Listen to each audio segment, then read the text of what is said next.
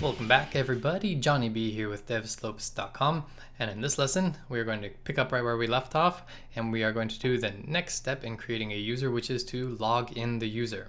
Okay, so we have our register user function right here, and now we are going to create our login function. So right below it, I'm just going to say func log in user.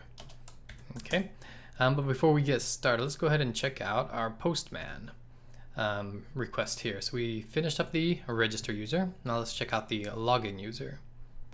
And you'll see that it's pretty similar. It has the same header type and actually has the same body type as well. The URL is different. So actually let's go ahead and create our login URL right now. So I'm going to copy this. It's account/login. And let's jump back into constants.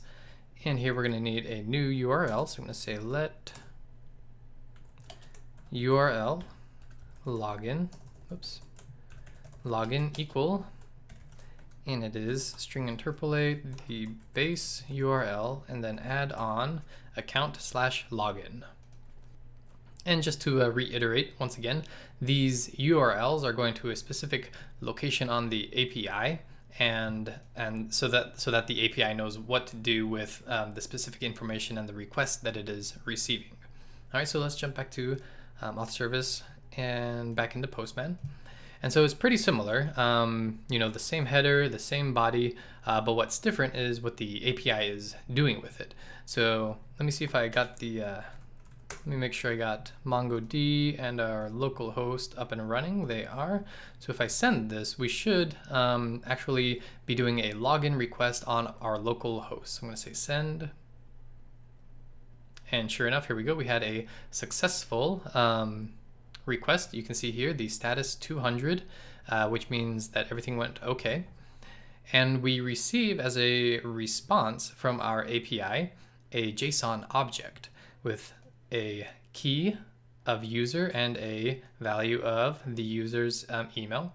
But the important one here is the token. Okay, so remember in lesson 6 we were talking about web requests and APIs and how some things are locked down, and so you have to have an authorization token in the header, and this is the authorization token that we are going to need to be able to add to finish the creation of a user process, to do sending a message, to retrieve messages for the channels, etc. So this is very important.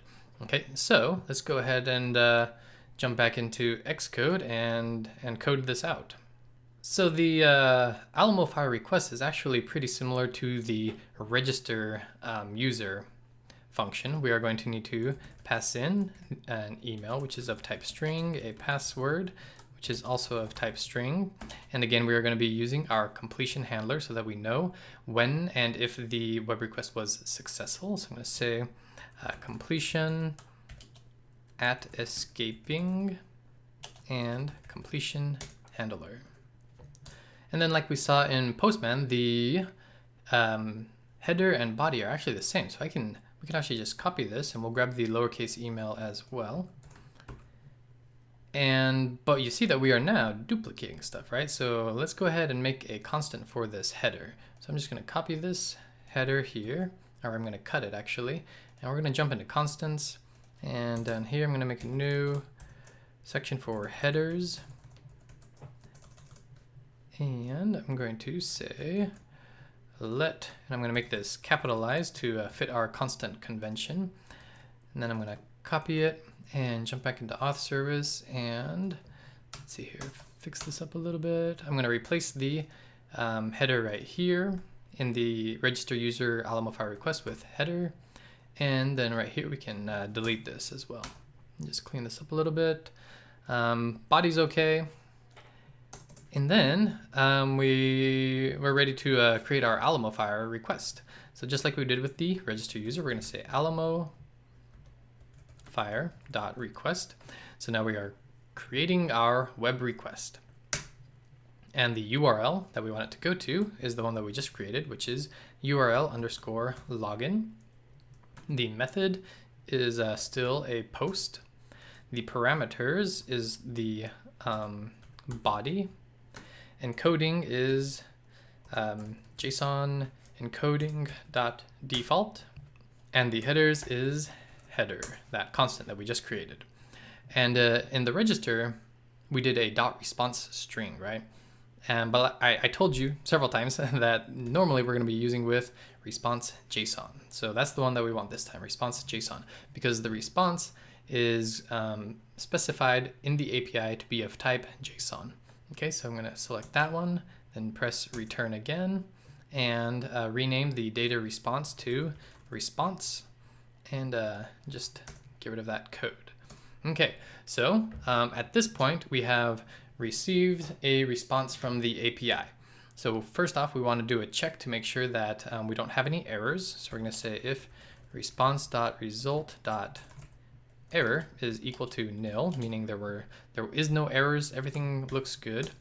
So we're going to do some stuff here, but else we are just going to say completion is false. So that's our completion handler, and we're letting any of the functions, any of the locations that call this function know that the web request failed, basically. And then we're going to do a debug print to see what happens. We're going to say response.result.error as any, and that'll just print out the error. But if we were successful, we're going to say completion is true. So, you know, in the last function that we created, the register user, we didn't really need to do anything with the response, did we? You know, it was just to register a user. The API didn't actually send any useful data back to us. But this time, here in Postman, we see that we're getting some information back. We're getting a JSON object. And now we need to know how to handle receiving JSON from an API. Okay, so this is going to be called JSON parsing. All right. So strap in. I'm going to show you a couple of different ways. The first is kind of the more lower level, at the basics, at the base level of JSON parsing. And it's important to know how to do it this way. But then I'm going to show you how to do it with Swifty JSON, which I think is a much easier way of doing it. All right. So what we're going to do is inside of our response result is a JSON value, but we need to kind of turn that into something that we can use here in Xcode. So what we're going to do is we're going to say if let JSON is equal to response.result.value, and we're going to cast that as a dictionary. Okay, so we're going to cast it as a dictionary of type string. So remember, looking at our JSON objects in the past, we know that the key is always a string, but the value could be anything. It could be a bool, it could be a string, it could be an int, it could be another JSON object. So we're going to cast it as any. All right. So now we have a JSON variable. The syntax for working with a JSON dictionary is similar to that of, I mean, we've cast it as a dictionary. So really all we have to do to get to it is say if let email. So, you know, coming over here to Postman, we know that we have a JSON object with a key of user, and then the value is going to be a string of our email. Okay, so I'm going to say if let email is equal to JSON, and then we're going to drill into that JSON object, and we're going to look for the key called, what was it called? It was user. Okay, so user, and we're going to cast that as a string, and if we get that, if there is in fact an object inside of the JSON dictionary called user, then we're going to set the this variable right here, self.userEmail, equal to that value. So we're going to say self.userEmail is equal to email. All right, not too bad. So then we're going to also do the same thing with the token that we see here. So now we're looking for this guy right here, token. So we're going to say if let token is equal to JSON, the dictionary that we just created from the JSON data, and we're going to search for the token key. And if we find it, we're going to cast it as a string. And if we are successful, if we get it, then we're going to say self.auth token is equal to that token right there. All right, and that's it. Then once that's successful, we can say self.isLoggedIn is equal to true because now we have successfully logged in a user. So that's it. That is our login user function. In fact, we can use this right away. If we jump over to our create account VC, remember the flow is register user, login user, create user. So right here, instead of just printing registered user, we're going to call our next API call in line. So we're going to say auth service dot instance dot, and we're going to say login user, and we are going to pass in again the email, the password, which is just pass, and then the completion handler. Again, we're going to say success in, and we're going to get rid of this, and we're going to say if success. Let me just bump that back up. If success, let's go ahead and print, print logged in user, yay. Then I'm going to say comma, and we're going to then also print, just to make sure that it worked, we're going to say auth service.instance.auth token. All right, I'm going to save that, and let's run it. I'm going to put this back on a 6S and run it. All right, so we got our app open. I'm going to click login. Don't have an account, sign up here. And real quick, let's jump back into Safari. Let's go to MLabs. And this was the one that we created last time, test.register.com. And I want to use it again, so I'm actually just going to delete this object here, okay? And so that just removes that account object from our database. And you can do that with pretty much any of the collections and objects. In fact, let's just take a look real quick, look at what we got here, just to kind of go over. What we've been doing right now is registering users. So those are going to be here in accounts. There are also collections here for channels and messages and users that are generated because of the work that I've been doing while I was creating this app. But you can actually delete whole collections, and you can edit or delete objects inside of the collections, okay? So just a quick look at some of your options in MLab. But anyways, so back to Xcode and our simulator. So I'm gonna write here, I'm gonna say register at test.com. I'm gonna put in password 1234556. And I'm going to say create account, and if all goes according to plan, here in just a second, we should see that it logs us in, and then it should print out the auth token as well. And I think it did just right here. Okay, so close this out, and sure enough, logged in user, and here is the auth token. So let's check in MLabs. And I'm going to refresh this. And once again, yep, there it is, register at test.com. All right, so now we have 2 out of 3 of our functions required to create a new user. We are registering a user, and now we are logging in that user so that we get the auth token so that we can then do the final step of adding the user. All right. So before we finish up here, I told you I was going to show you what I think is an easier way of working with JSON. So let's jump back into our create account, or not create account, let's go to auth service.swift. And I am just going to comment this out right here. Okay. And first off, we're going to import Swifty.json. So I'm going to say import Swifty.json. Okay. And let's go ahead and check out their GitHub page. If you just Google for Swifty.json, oh, it took me right to their GitHub. But if you just Google it and then click on it, should be the top result for GitHub.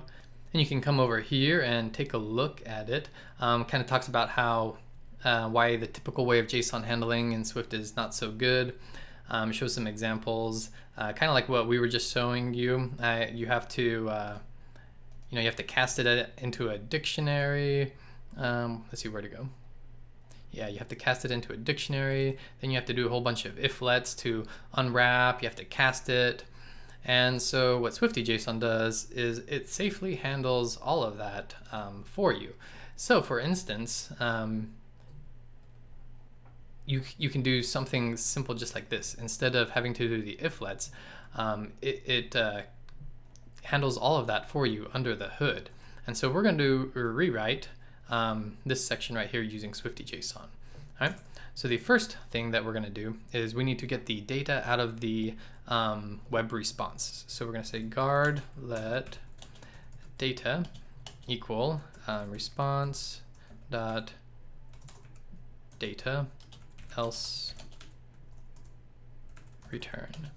Okay, so we need the data because what Swifty.json does is it creates a JSON object out of the response data. So then I'm going to say let JSON equal, and I'm going to say capital JSON and do an initializer. And what we want right here is to just pass in data, and the data that we're passing in is data.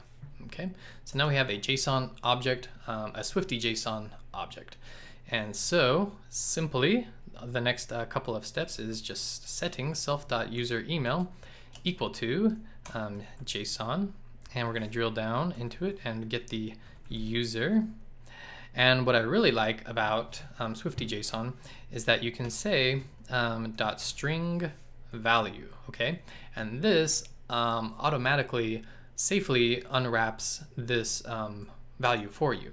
So you could do the if-lets and just do .string, but what this does for you is it'll say, it automatically unwraps it for you, or it'll just set it to a empty string. All right, so that's super helpful because there are times when you need to know if something is nil and to do something about it, but most of the time, if it doesn't exist, then you probably just want it to be an empty string or 0 if it's for numbers. And so I think that this is super helpful. So what we're just going to do then is say self.auth token is equal to JSON, and that is token dot string value, and that's it. So these 4 lines versus these 1, 2, 3, 4, 5, 6, 7, 8, 9. I guess that's technically 8 lines. You don't have to do the if-lets. You don't have to cast into dictionaries. You don't have to cast as strings. I think it's a super sleek way of handling working with JSON. And this right here is about as easy as it comes working with JSON the old way. If you have nested JSON objects or arrays, it gets a lot hairier, and the benefits of working with Swifty.json become even more apparent. All right, so it's important to know how to do it this way, just because you might not be in an environment where they want to use Swifty.json. They may really want you to do it the old-fashioned way, which is fine. So just wanted to show you both ways so that you have options. But I am going to continue using Swifty.json for the rest of this course. So I'm going to delete that other stuff. And just to make sure that we are still working correctly, I'm going to run this again and test this one more time. Okay, so I'm going to log in. Don't have an account, sign up here. Let's create a new one. So register to at test.com and 1, 2, 3, 4, 5, 6 and create an account. And there we go, logged in user, and there's our auth token. All right, so our JSON refactor worked perfectly, and we are good to go onto our third and final stage of creating a user. So yeah, in this lesson, we learned about working with JSON. We talked about it using it the old way, as well as a different way with Swifty.json. So I hope you guys liked both ways. Make sure to know the first way that I showed you, because it's very important that you understand what's going on under the hood. But yeah, so this has been some good stuff. Hope you guys are enjoying it so far. I'm going to go ahead and commit our stuff that we've been working on so far. So I'm going to say git status git add dot git commit -m. This is lesson 11. All right, so hope you guys are excited to finish up the account creation process in the next lesson, and I will see you there.